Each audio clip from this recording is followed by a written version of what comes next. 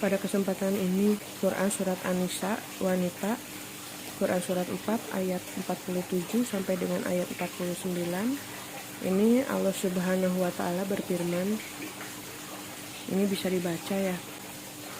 Harusnya dalam rangka Hari Ibu memang kita membahas ibu ya, akan tetapi pembahasan tentang ibu bisa dilihat di Tokopedia, namanya Mutiara Shopaholic. Di situ ada pembahasan tentang berbakti kepada ibu. Nah, ini kembali lagi. Ini di sini, wahai orang-orang yang telah diberi kitab. Ini wahai orang-orang yang telah diberi kitab. Paparan sebelumnya ada dibahas bahwa yang kafir setelah beriman. Jadi ini penekanannya, wahai orang-orang yang telah diberi kitab, berimanlah kamu kepada apa yang telah kami turunkan, yaitu Al-Quran. Ini sebelumnya ada bahwa kebajikan itu bukan menghadapkan wajahmu kepada barat dan ke timur, akan tetapi kebajikan itu beriman kepada Allah, beriman kepada kitab Allah, beriman kepada malaikat Allah, beriman kepada rasul-rasul Allah, nabi-nabi Allah. Ini beriman kepada kitab-kitab Allah, yaitu Al-Quran, yang membenarkan kitab yang ada pada kamu. Ini Al-Quran ini, dan kita juga harus beriman kitab sebelum Al-Quran, yaitu ada Zabur, Taurat, dan Injil ya. Nih, yang telah kami turunkan, yaitu Al-Quran, dimana Allah di Quran Surat Al-Waqiah ya, sampai bersumpah gitu kan, maka bertasbihlah kamu dengan menyebut nama Tuhanmu yang maha besar. Lalu aku bersumpah demi beredarnya bintang-bintang bahwa, dan itu adalah sumpah yang besar sekiranya kamu mengetahui, dan Al-Quran ini sesungguhnya adalah Al-Quran yang mulia, gitu kan, diturunkan dari Tuhan seluruh alam. Jadi memang kita harus beriman kepada Al-Quran, dan memang ini adalah firman Allah gitu. Ini petunjuk bagi kita gitu kan. Bagaimana Allah berfirman bahwa barang siapa berpaling dari peringatanku, maka berpaling dari petunjuk dan peringatanku, maka kehidupan sempit baginya gitu kan. Lalu ancaman neraka, azab yang kekal di akhirat.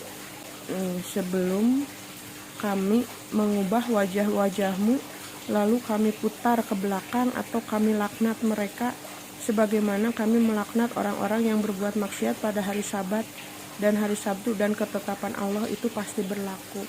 Ini kita ada ayat ini ya. Jadi ini di sini juga ada Rasulullah Shallallahu Alaihi Wasallam bersabda, sesungguhnya Allah Azza wa Jalla mewajibkan hari Jumat atas orang sebelum kita.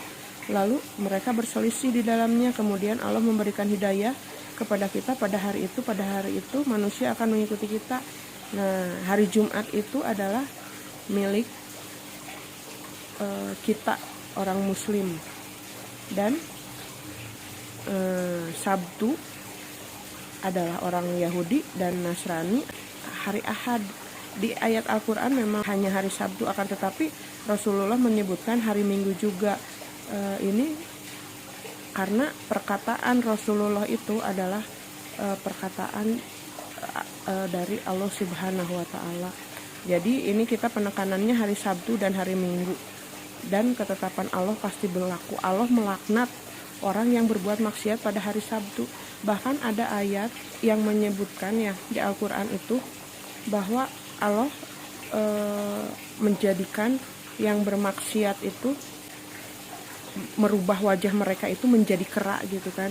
Ada ayat juga yang Allah akan mereka nanti di akhirat akan buta gitu. Jadi nih, hati-hati yang bermaksiat hari Sabtu Minggu itu memang sengaja setan menghiasinya. Bagaimana lama ini ya, sekarang sudah banyak ya hari Sabtu, sudah biasa gitu kan, hari Sabtu Minggu itu jadi ajang maksiat, pacaran, zina gitu kan. Kita sebagai seorang Muslim harus ingat bahwa ya hari Sabtu Minggu itu sebaiknya ya kita pakai untuk kegiatan yang memang bermanfaat gitu kan, dalam rangka ketaatan kepada Allah.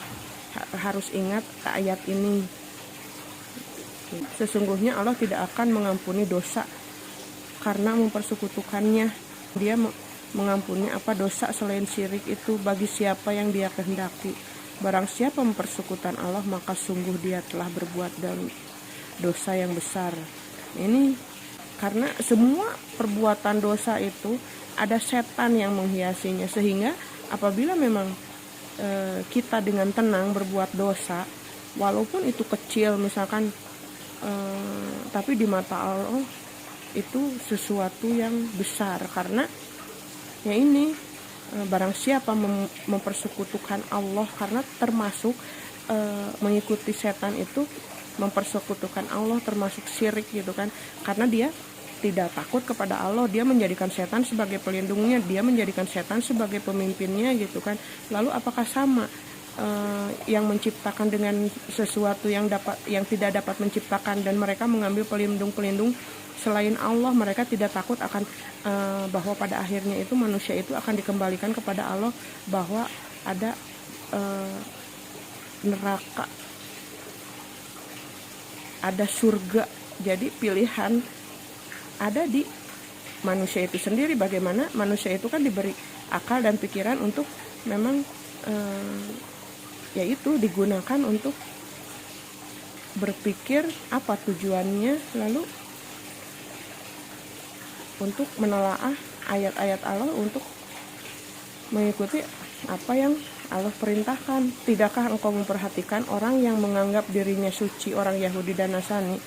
Sebenarnya Allah menyucikan siapa yang dia kehendaki, dan mereka tidak dizalimi sedikit pun.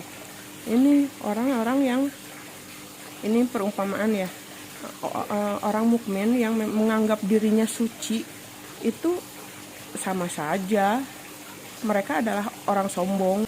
Bagaimana di penciptaan manusia Nabi Adam itu kita bisa belajar bahwa yaitu setan itu begitu sombong, diperintahkan oleh Allah untuk sujud kepada Nabi Adam. Nabi Adam itu kan manusia yang sekaligus di hadapan Allah itu, Nabi Adam itu adalah hamba Allah. Lalu Nabi Adam diciptakan sebagai hamba Allah, sebagai manusia, dan juga sebagai khalifah gitu kan.